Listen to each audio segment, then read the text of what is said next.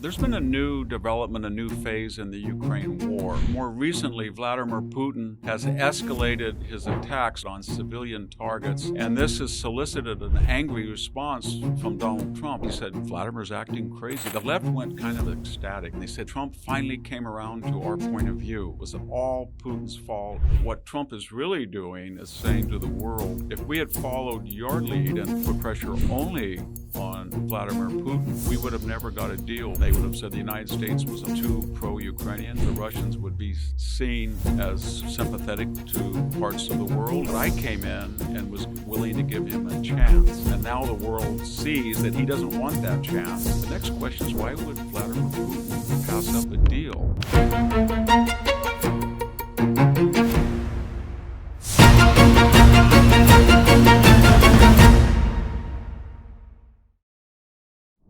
Hello, this is Victor Davis Hanson for the Daily Signal. There's been a new development, a new phase in the Ukraine war. I know we've talked about it before, but more recently, Vladimir Putin has escalated his attacks, not so much on the battlefront per se, but on civilian targets that he's hitting with missiles and drones far west as Kiev.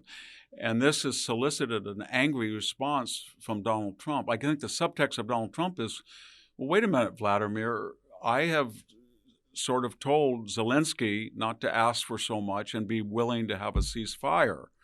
And we have a deal in the works, and now you're kind of fouling it all up. And the deal was pretty much, you're going to get the Donbass and Crimea and institutionalize it, and we're going to get some kind of arrangement to arm Ukraine, but it will not be officially in NATO.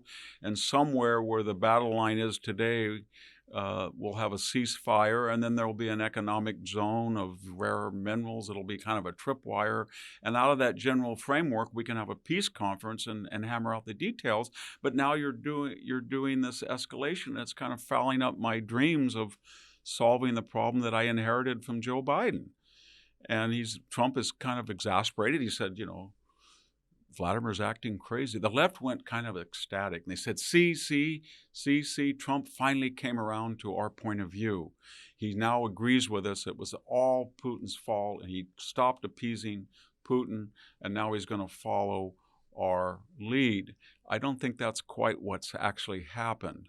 What Trump is really doing is saying to the world, if we had followed your lead and put pressure only on Vladimir Putin, we would have never got a deal, because the Russians would be seen as sort of sympathetic to parts of the world, and they would have said the United States was too pro-Ukrainian.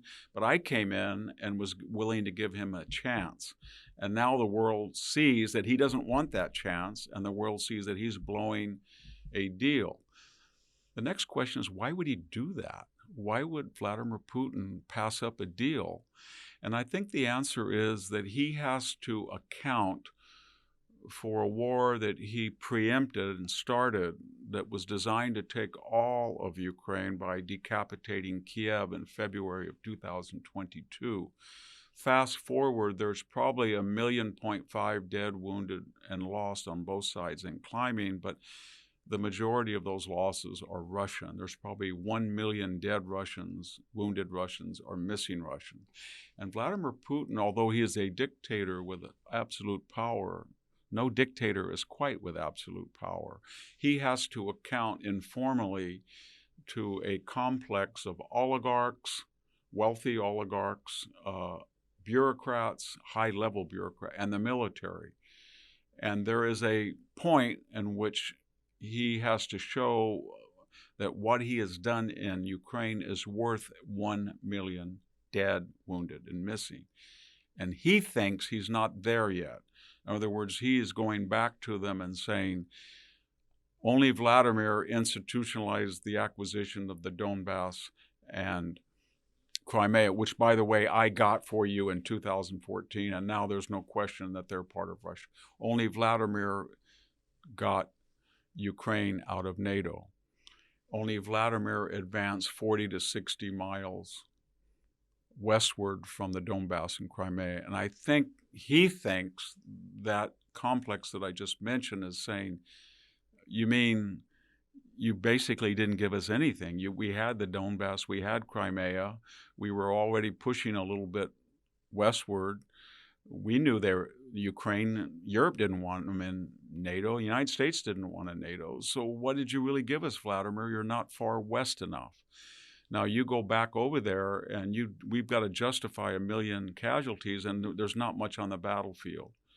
So I think what Vladimir Putin thinks that he's going to continue the war, continue the terror campaign, get greater concessions from the Europeans, the Americans, and the Ukrainians, and move the battle lines a little bit to the west. And I think he's sorely mistaken. He's misreading Donald Trump, because the reason he did not invade in 2017 and 2021 of those 4 recent administrations, that was the only one that he did not. He did not invade during Donald Trump's administration, but he did invade a neighbor during George W. Bush, Barack Obama, and Joe Biden's tenure. In other words, he saw in a way that he does not see now that Donald Trump is very unpredictable and very erratic in some ways, that it's beneficial in the making of foreign policy. And if he continues to go westward or continues to have this terror campaign, I think he will see that Donald Trump will be able to hold his MAGA coalition together and continue to arm Ukraine, and the Europeans will continue probably to arm them as well, and the quagmire will only escalate, and he will not be able to knock Ukraine out of the war, and it will be increasingly difficult for him to justify any continuation to his constituents. If I was Vladimir Putin, I would cut a deal today, and then I would resume natural gas and oil shipments to Europe. I would open the economy back up, and I would tell the Russian people what you did. I don't think it would be quite accurate, but you could tell them that only because of me, Crimea forever is where it belongs in Russia, the same as Donbass. And I stood up to the West and said, no NATO, and I won this war. And that's a lot better. It's not a good scenario, but it's a lot better than another Stalingrad or Verdun or Somme for the next 2 years for Russia. This is Victor Davis Hanson for the Daily Signal. Thank you for tuning in to the Daily Signal. Please like, share, and subscribe to be notified for more content like this. You can also check out my own website at victorhanson.com and subscribe for exclusive features in addition.